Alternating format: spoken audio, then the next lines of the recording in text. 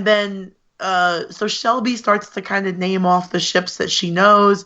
The Tolstoy, the Kyushu, and the Melbourne, which if Riker had taken that commission, he would have been on that ship. And he probably would have died. So there you go. Yeah. That is heavy. And for those of you playing at home, the Kyushu is the name of the third largest island of Japan's 5 main islands. Ooh. Nice.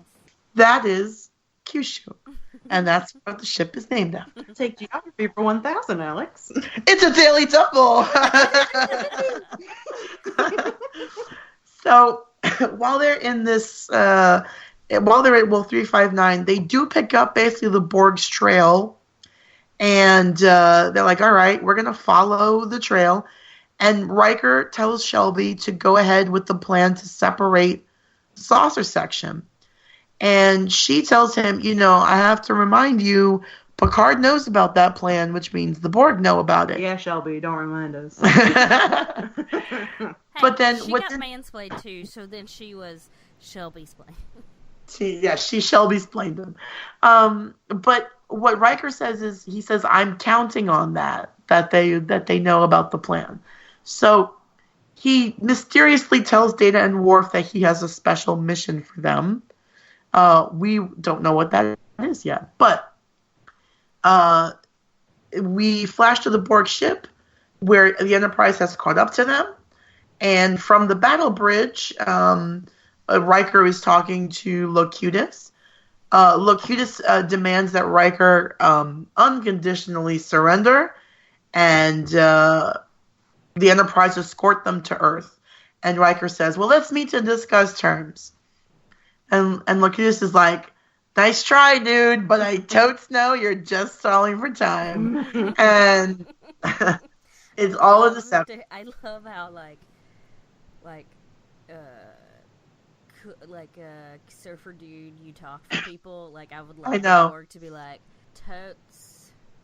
I get very surfer dude when I do recaps because I just imagine that the Borg sound a lot less threatening if they're like, totes, bro. Man.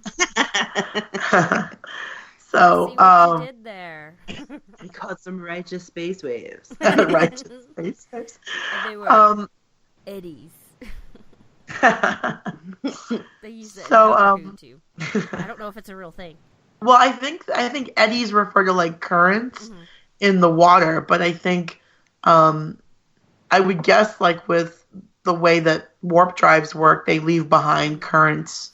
I believe that's the way warp drives work, that they do leave behind currents that are similar to like waves in water, like behind a boat, because the way that warp drives work is they actually warp the space around them, which is how it makes them go faster. Okay. I need to insert a dad joke here. What do waves talk about? Current events. Oh, Janine and your dad jokes. Jesus.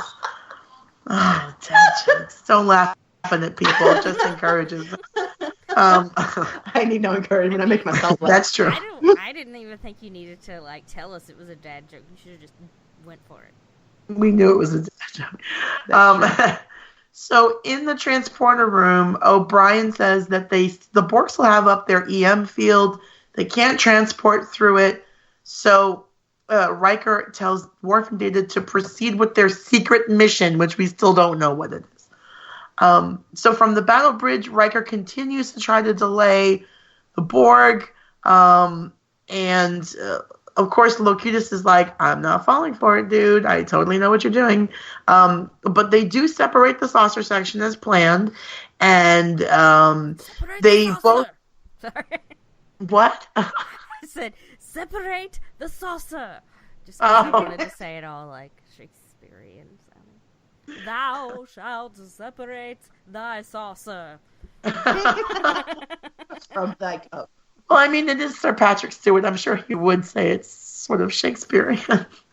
I would have loved to hear him say, I'm Locutus of Borg. Would you like to buy a Buick or whatever? That would have been amazing. Would you like to buy a Pontiac? Yeah, that would be awesome. Whatever.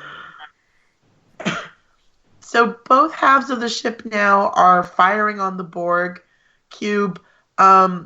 there's all these evasive maneuvers, lots of, space pew pew pew happening, which is always fun.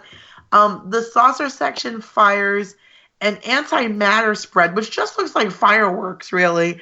And it's all like just a distraction here. So here's now where we see the secret mission that Worf and Data were given. They are on a shuttlecraft, and basically they use the distraction of the fireworks to sneak in. They penetrate the EM field. They sneak in under the cover here, and once they're inside the barrier, they use the shuttle's transporter to get onto the Borg ship. Pretty smart plan. I put in my notes here that Worf and Data are basically in an Uber to pick up Locutus and his drunk ass. That's awesome. That's awesome. The space Uber. So once on the Borg ship, Data and Worf do rescue Picard. They have to fight their way through a couple of Borg, but they do rescue him. They get back on the shuttle, and the Enterprise beams them away to safety before the Borg can destroy the shuttle. Yo, I think Worf shot one of the Borg directly in the crotch, and that was just mean. No, he deserved it. It doesn't matter. He's probably had all those parts removed anyway. They probably get their bits and bubbles removed. Right. Bits and bubbles. I have to keep this PG. Oh, that's true. It is PG. So once they've executed their plan and they've rescued Picard, it was a really cool plan, but it was very risky. At any point, the Borg cube could have destroyed the shuttlecraft. They could have destroyed the saucer section, or even the warps, or even the drive section of the ship. And then so the saucer section is disabled, which everybody says it like in a different way. Oh, they're disabled. Oh, the saucer section is disabled. Oh, they can't move. Mm-hmm. And Wesley, Captain Obvious, oh my God, they're a sitting duck. Thanks, Wesley. What would we do without you? Also, one, what teenager would say that? And two, right? What teenager in the 24th century would say that? Exactly, yeah. So I also find it very convenient that the Borg installed an off switch in Picard. That was very... Well, was it an off switch? I thought they just gave him a spray or something and knocked him out. Oh, I thought they pulled... they switched something, or they pulled, maybe something out. I didn't realize that he had a thingy. Well, maybe he did have an on-off switch. I don't know. Maybe it's cool. When it's time to turn it off. Well, it has to update. My Locutus has to update now.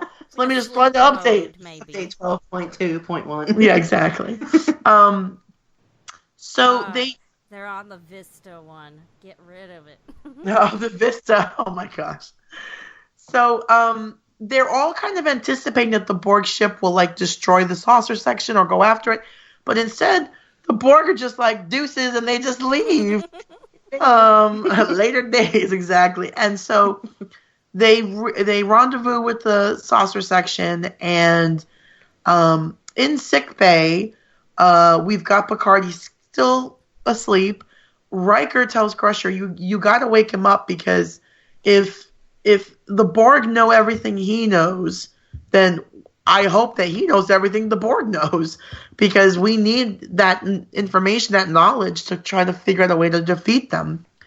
So Crusher does revive him, and Picard is all super Borgy, and he's just I will continue to speak for the Borg. And I do like that even as Locutus, Picard totally chastises Riker, incorrect strategy number one.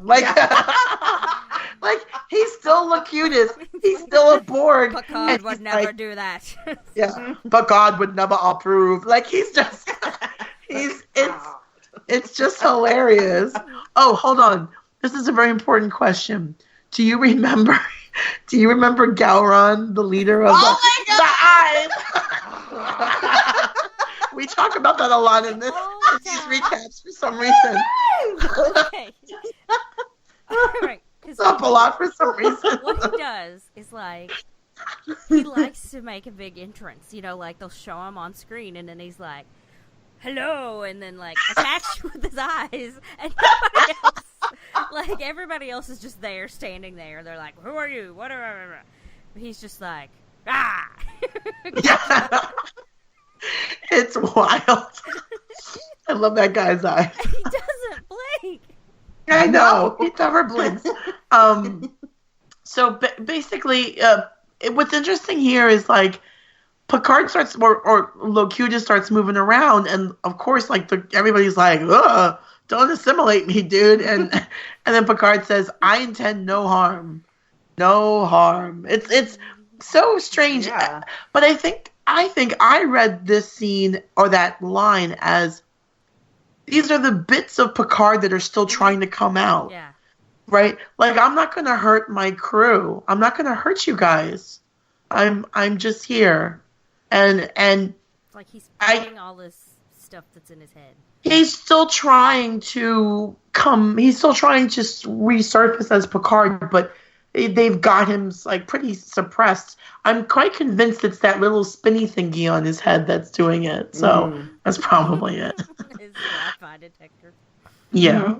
So back on the bridge, Data is bleeping and blooping away, as Brooke has said, and he discovers that there are some signals, some subspace signals coming from the Borg ship to Locutus. And he tells Crusher and Riker that it's basically the link between the Borg and Locutus. The Borg are trying to slide into his DMs. I mean, pretty much. That's what they're doing. Hey, Locutus, you up? WID. Oh, God. Like, I felt like, as funny as that is, no, I felt like it was like they were kind of like, peace out, and left, but they left him there because it's like, maybe we can get something else from them, you know, but probably not. Well, I think, like, they weren't worried about leaving him there because they were like, we're totally still connected to him. It's not like, and I think in their mind they never imagined that the Enterprise crew would figure out how to break that link. How are these humans and a few other people gonna, break our link? We're just gonna get more information from them. Exactly.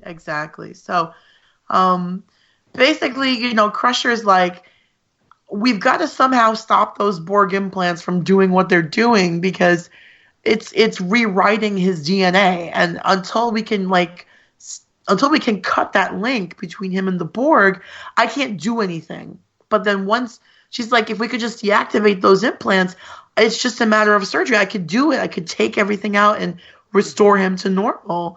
So basically, Data says, well, if we can't separate the man from the machine, then maybe there's a way for me to access just the machine.